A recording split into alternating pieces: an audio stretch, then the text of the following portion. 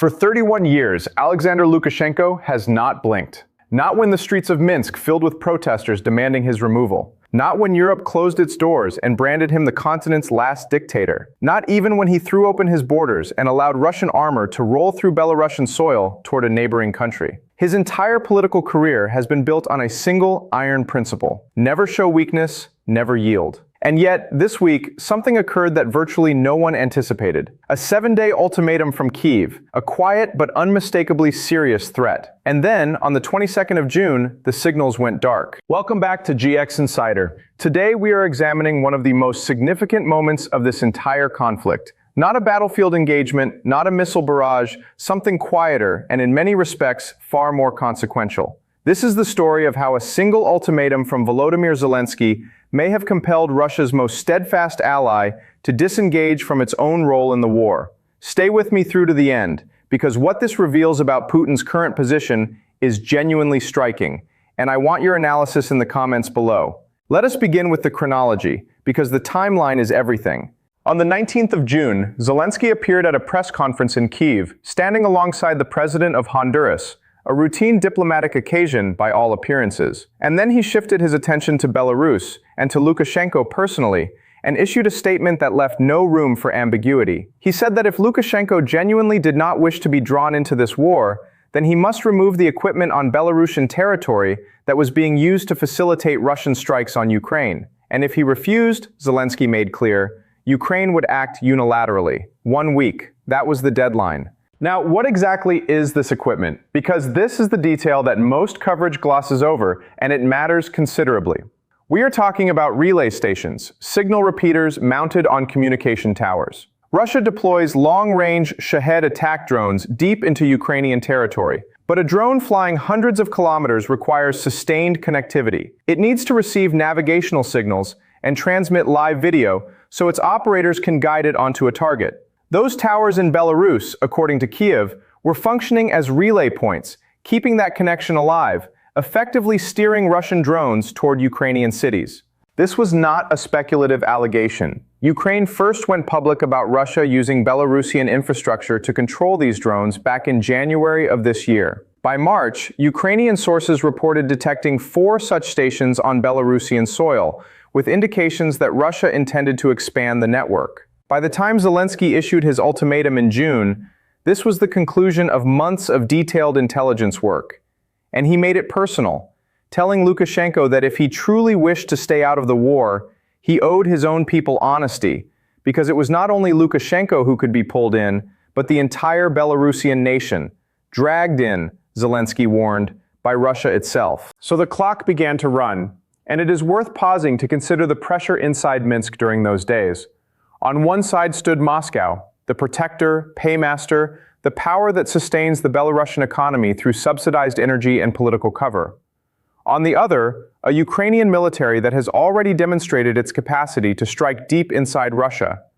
Drones have reached Moscow, St. Petersburg, targets as far east as the Ural Mountains. If Ukraine can reach those coordinates, a relay tower just across the Belarusian border is not a difficult target. Lukashenko understands this. Whatever else one might say about him, he is not a naive man. Then came the 21st of June. Zelensky confirmed publicly that Belarus had still not responded. No movement, no communication, just silence from Minsk. And silence, when you are standing beneath a deadline of that nature, is itself an answer of sorts. For a moment, it appeared Lukashenko might be calling the bluff. Then something shifted. On the 24th of June, Zelensky addressed reporters again. The tone had changed. He said that, based on information from his commander-in-chief, General Alexander Syrsky, and from Ukrainian intelligence, the equipment in Belarus had ceased functioning. Not after the deadline, as of the 22nd of June, just 3 days after the ultimatum was issued. The relay stations were offline. Here, however, I must be precise, because this channel deals in the full picture, not simply the compelling headline. Zelensky himself added a significant qualification. He said that whether the equipment had been physically dismantled, he could not yet confirm. What he could confirm was that it was no longer operational. Switched off is not the same as torn down. A switch that is turned off can be turned back on. That distinction matters, and we will return to it. What corroborates Zelensky's account is not merely his word.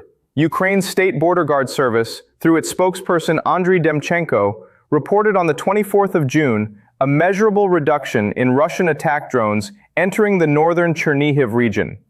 Large-scale Shahed formations along the Belarus-Ukraine border had ceased.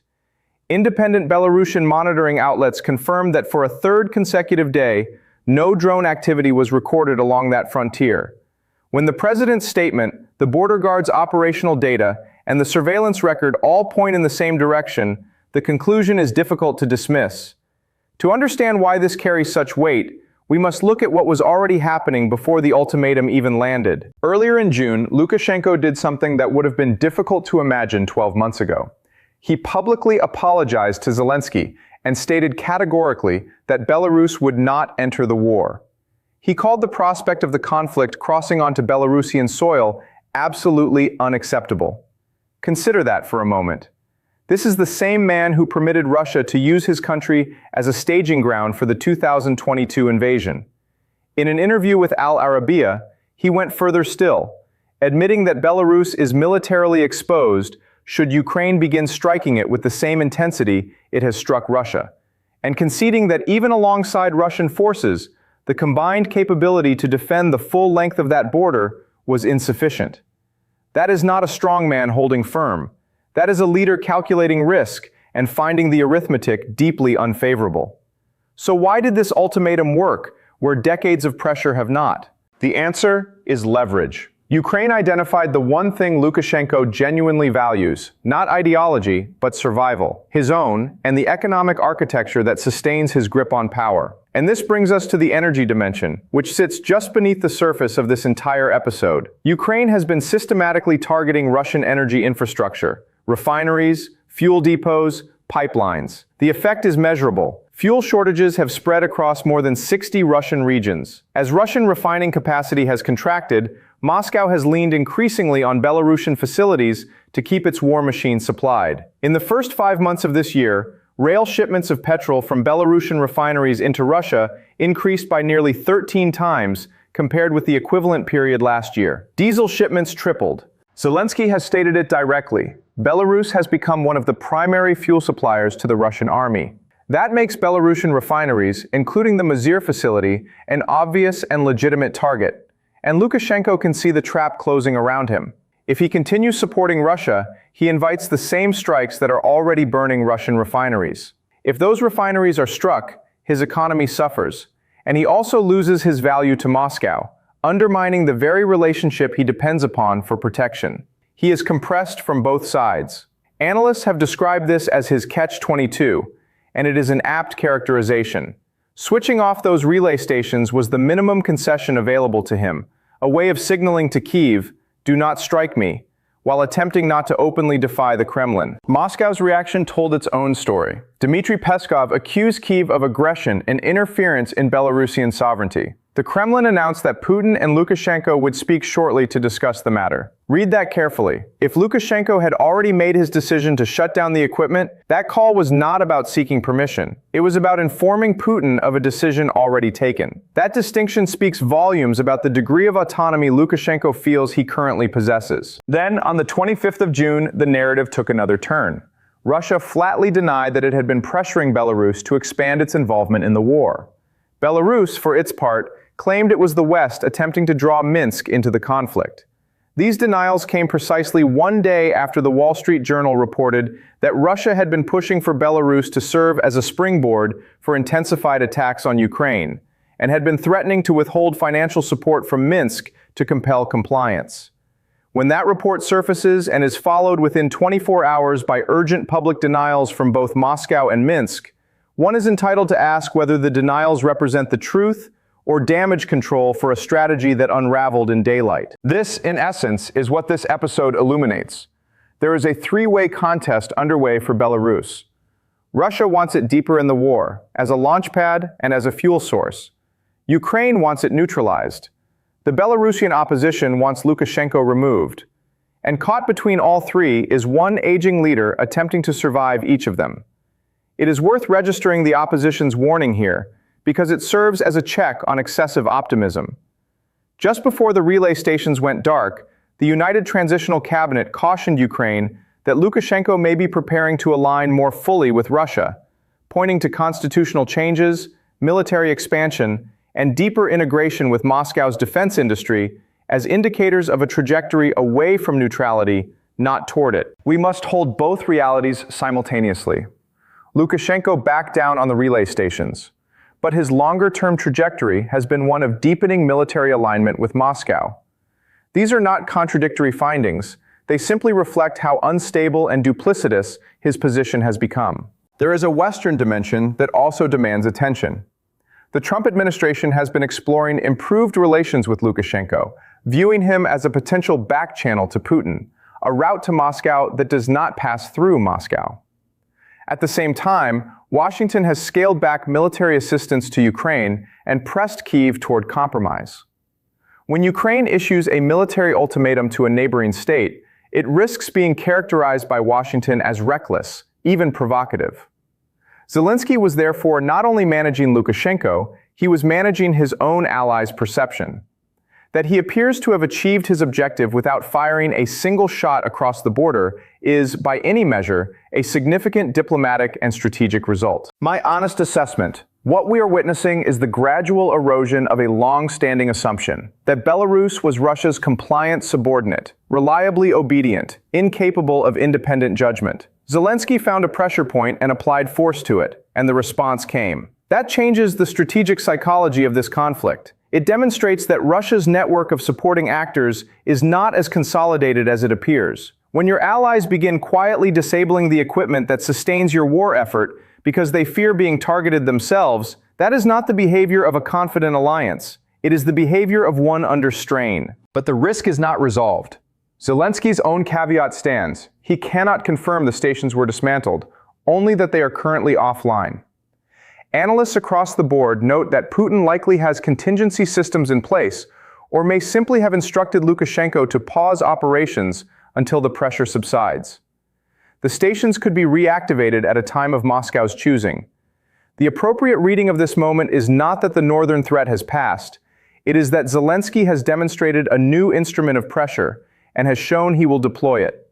A second ultimatum, perhaps directed at the fuel flowing from Belarusian refineries into the Russian military, cannot be ruled out. As for Putin, his position is not comfortable. His refining capacity is under sustained attack. Fuel shortages are widespread. His frontline advances have stalled. His most reliable ally is privately hedging. Opening a second front from Belarus, stretching over 1,000 kilometers, would require troops he does not have available. With parliamentary elections in Russia approaching in September, an unpopular new mobilization announcement is the last thing the Kremlin wants. For all the rhetoric about a Belarusian front, the operational arithmetic may simply not support it, and Lukashenko, who has survived 3 decades by reading political terrain carefully, has likely reached the same conclusion: that Moscow needs him more than he needs to satisfy every Kremlin demand. It is a precarious bet, but it tells you precisely how much the ground has moved. Back in February, the intelligence collective Inform Napalm, working alongside a cyber analytics center, reported that it had penetrated the accounts of Russian military personnel and gained access to the monitoring systems used by drone operators. They did not commandeer the drones, they observed, and they used what they learned to sharpen Ukraine's countermeasures.